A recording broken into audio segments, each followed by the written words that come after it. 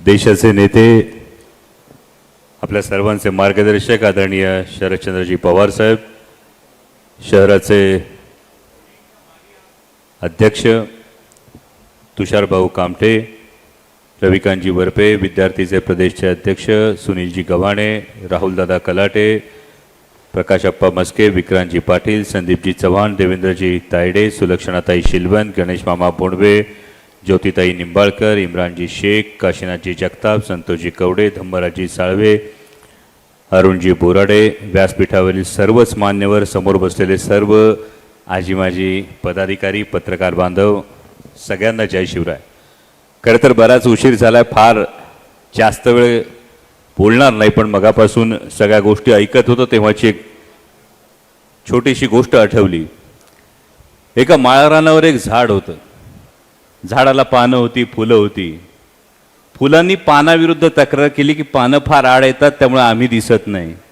पानानं फुलाविरुद्ध तक्रार केली की फुलं नुसतीच मिरवतात, झाडाचं पोषण तर आम्हीच करतोय. आणि नंतर पानांनी फांद्यांविरुद्ध तक्रार केली.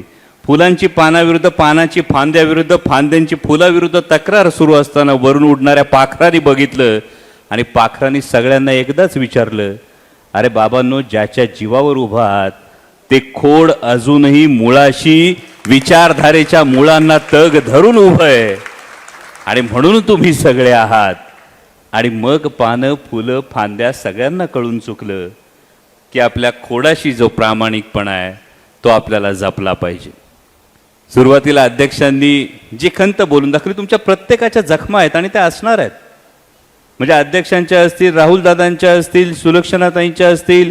तुम्ही विधानसभा निवडणुका लढवल्या, त्या निवडणुका लढवत असताना तुम्हाला कशातून सामोरं जावं लागलंय हे त्याच्या 6 महिन्याआधी मी लोकसभेला अनुभवलेलं आहे.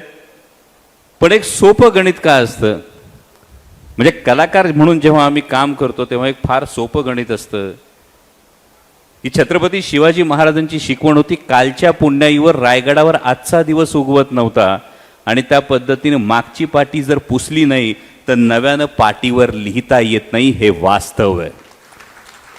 त्यामुळे तुमच्या सगळ्यांचं कौतुक आहे, कारण ज्या परिस्थितीत तुम्ही राष्ट्रवादी काँग्रेस शरदचंद्र पवार पक्षाचा झेंडा खांद्यावर घेतलात त्यावेळी तुमच्यात इथं बसलेल्या प्रत्येक कार्यकर्त्याचं कौतुक केलं पाहिजे, प्रत्येक पदाधिकाऱ्याचं कौतुक केलं पाहिजे की त्यावेळची परिस्थिती सोपी नव्हती. काय होईल, कसं होईल कुणालाही समजत नव्हतं आणि अशा परिस्थितीत आदरणीय शरदचंद्रजी पवार साहेबांवर विश्वास ठेवून, आदरणीय साहेबांच्या विचारावर विश्वास ठेवून तुम्ही प्रत्येकानं झेंडा खांद्यावर घेतलात आणि त्यासाठी तुमचं मनापासून कौतुक करतो. मगाशी कोणीतरी इच्छा व्यक्त केली, बहुतेक तायडे साहेब म्हणाले की कार्यकारिणी ही बदलली पाहिजे. अध्यक्षांनी सांगितलं ही संपूर्ण कार्यकारिणी बदलली पाहिजे.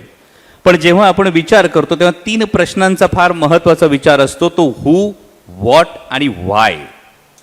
म्हणजे कोण, काय म्हणजे काय केलं पाहिजे, आणि तिसरा महत्त्वाचा मुद्दा आहे तो कशासाठी केलं पाहिजे.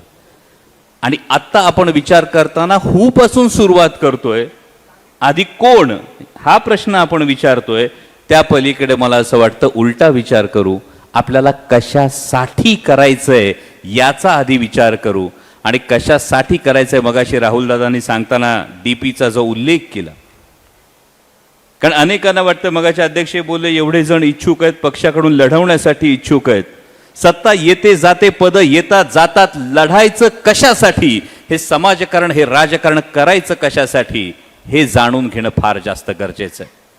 म्हणजे मला आठवतो मागे एकदा पिंपरी चिंचवड शहरात जेव्हा मी साहेबांबरोबर एका कार्यक्रमासाठी आलो होतो, तेव्हा गाडीत बसल्यानंतर साहेबांनी अक्षरशः तळहाताच्या रेषांप्रमाणे पिंपरी चिंचवड शहरात कुठली इंडस्ट्री केव्हा आली, त्याची कशी बैठक झाली होती, इथपासूनचा जो संपूर्ण इतिहास आहे तो सांगितला. मगाशी राहुलदादा म्हणाले त्या पद्धतीनं ज्यांच्या दूरदृष्टीनं एक शहर उभं राहिलं, एक शहर वसलं, हे शहर कामगारांचं शहर झालं, हे शहर ऑटोमोबाईल हब झालं, हे शहर IT प्रोफेशनलचं शहर झालं आणि हे शहर एक विकसित शहर म्हणून समोर आलं. आज त्या शहराची परिस्थिती काय, त्या नागरिकांची परिस्थिती काय.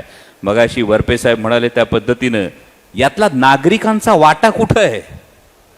जर लढायचं असेल तर तुझ्या माझ्यासाठी लढायचं नाही, तुझ्या माझ्या पदासाठी लढायचं नाही, तू बरोबर की मी चूक यासाठी लढायचं नाही. जर लढायचं असेल तर पिंपरी चिंचवडकरांच्या हितासाठी लढा, या शहराच्या भल्यासाठी लढा. ही सगळ्यात महत्वाची गरज आहे. कुणाच्या हातात सत्ता आहे, कुणाच्या हातात ताकद आहे, या गोष्टी पाहण्यापेक्षा जर पिंपरी चिंचवडकरांच्या हितासाठी लढलो तर पिंपरी चिंचवडची सुज्ञ जनता ही राष्ट्रवादी काँग्रेस शरदचंद्र पवार पक्षाच्या पाठीशी उभी राहिल्याशिवाय राहणार नाही, हा मला ठाम विश्वास आहे. म्हणजे आज विचार करा, डीपीचा जो उल्लेख केला मगाशी, या डीपी मध्ये किती प्रश्न आहेत. 97 सालचा डीपी 2017 पर्यंत चालला होता. 17 साली काम सुरू झालं, 22 साली डीपी सबमिट झाला, परंतु डीपी दाबण्यात आला. आणि आता प्रशासकांच्या माध्यमातून, हे जगातलं फार मोठं उदाहरण असेल, लोकनियुक्त प्रतिनिधी सभागृहात नसताना प्रशासनाच्या माध्यमातून डीपी आणला जातो. आणि प्रश्न विचारा, पिंपरी चिंचवडकरांना प्रश्न पडलाय, जर माझ्या जागेवर आरक्षण पडलं असेल तर एक नगरसेवक दाखवा, एक बिल्डर दाखवा ज्याच्या मोकळ्या जागेवर आरक्षण पडले. जर नगरसेवकांच्या जागांवर आरक्षण पडली नसतील, बिल्डरांच्या जागांवर आरक्षण पडली नसतील, आणि सर्वसामान्य जो छोटा भूधारक राहिला, ज्यांनी छोट्या फार परडिलोपार्जित जमिनी जपल्यात, त्यांच्यावर फक्त आरक्षण पडली असतील, तर ही आरक्षण नेमकी कोणाच्या हितासाठी पडली. दुसरा मोठा विनोद आहे, रेड लाईन आणि ब्लू लाईन. म्हणजे मलाच आता हा प्रश्न पडला, साहेब, रेड लाईन आणि ब्लू लाईन, या डीपी मध्ये पाटबंधारे विभागाची रेड लाईन ब्लू लाईन वेगळी आणि महापालिकेच्या आराखड्यातली रेड लाईन ब्लू लाईन वेगळी. तर महापालिकेच्या आराखड्यातली ब्लू लाईन ही नेमकी कोणाच्या हितासाठी वळवण्यात आली आहे, हा प्रश्न आज पडलाय. नदी सुधारच्या कार्यक्रमामध्ये 5,500 कोटी रुपयाचा निधी आलाय. या नदी सुधारच्या कार्यक्रमामध्ये फक्त ब्युटिफिकेशन महत्वाचं आहे की नद्यांचं पुनरुज्जीवन आणि संवर्धन गरजेचं आहे, याचंच उत्तर अजून प्रशासनाला मिळालेलं नाही. पण हा नागरिकांच्या भवितव्याचा प्रश्न आहे, हा नागरिकांच्या भविष्याचा प्रश्न आहे. स्मार्ट सिटीमध्ये 1,500 कोटी रुपयाचा निधी आला, 3 वर्ष 500 कोटी रुपयाचा निधी आला. आता परवा पालखीचं प्रस्थान, उद्याच पालखीचं प्रस्थान आहे, पण अजूनही नद्यांवर जो फेस येतोय, हा फेस येत असताना 30% रसायनयुक्त मैला मिश्रित पाणी नद्यांमध्ये सोडलं जातंय. हा नागरिकांच्या हिताचा प्रश्न नाही. मग नेमका स्मार्ट सिटीचा पैसा कुठं गेला? पाणी सुरळीत सुरू झालं, नियमित पाणी पुरवठा शहराला व्हायला लागला, स्मार्ट पदपथ झाले, शेकडो कोटी खर्च करून सीसीटीव्ही कॅमेरे बसवलेत, कमांड सेंटर उभं राहिलंय. पण हे कमांड सेंटर अजूनही चालू नाही. सीसीटीव्ही बसवलेत फक्त, सीसीटीव्ही चालूच नाही. तर स्मार्ट सिटीचा जो काही प्रोजेक्ट होता, हा फक्त प्रशासकांना पुरस्कार घेण्यासाठी होता की खरोखर शहर स्मार्ट करण्यासाठी होता? हा नागरिकांच्या मनातला प्रश्न आहे. आणि नागरिकांना आज तुमचा आवाज पाहिजे, तुमच्या प्रत्येकाचा आवाज पाहिजे या प्रश्नांवर. म्हणजे आळंदीच्या बाजूला मोशीच्या इथं कत्तलखान्याचं आरक्षण पडतं. मगाशी कुदळवाडीचा उल्लेख झाला. कुदळवाडीच्या कारवाईमध्ये तब्बल 1000 एकरावर बुलडोझर फिरवण्यात आला, सांगण्यात आलं बांगलादेशी रोहिंग्यांसाठी. पोलीस अधिकारी इथे उपस्थित आहेत. साहेब, कधीतरी सांगा किती बांगलादेशी किती रोहिंगे सापडले? अख्ख्या कारवाईत किती बांगलादेशी आणि किती रोहिंगे सापडले, ज्यासाठी प्रशासनानं 1000 एकरावर बुलडोझर चालवला? तब्बल 4,500 लघु उद्योजक, हे लघु उद्योग उद्ध्वस्त करण्यात आले. जी पिंपरी चिंचवड MIDCची जी लाईफलाईन होती, जी सप्लाय लाईन होती, ही सप्लाय लाईन अख्खी उद्ध्वस्त झाली.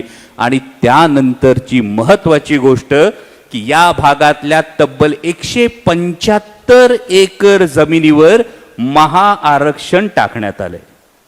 आणि त्यामुळे प्रशासनानं हा उत्तर दिलं पाहिजे की हे 175 एकरचं महाआरक्षण हे नेमकं कोणाच्या भल्यासाठी, कोणाच्या फायद्यासाठी आहे? आदरणीय साहेबांच्या मार्गदर्शनाखाली संसदेत आम्ही अजूनही रेड झोनसाठी भांडतोय, सातत्यानं रेड झोनचा मुद्दा उचलतोय. अजून लष्करानं रेड झोनची सीमा निश्चित केली नाही, जिल्हा प्रशासनानं निश्चित केली नाही. पण पिंपरी चिंचवड महानगरपालिकेतले प्रशासक इतके दूरदृष्टीचे आहेत की त्यांनी रेड झोन मध्ये पण झोनिंग करून टाकलंय. ही जी उद्ध्वस्त केलं जाते, हे जे शहर उद्ध्वस्त केलं जातंय, याला नेमकं जबाबदार कोण?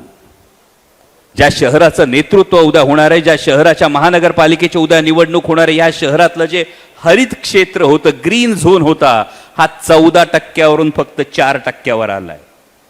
औद्योगिक शहर म्हणून ज्याची ओळख होती, त्या औद्योगिक शहरामधलं औद्योगिक क्षेत्र हे 16% 12% आले. तब्बल 552 हेक्टर औद्योगिक क्षेत्र कमी झालंय.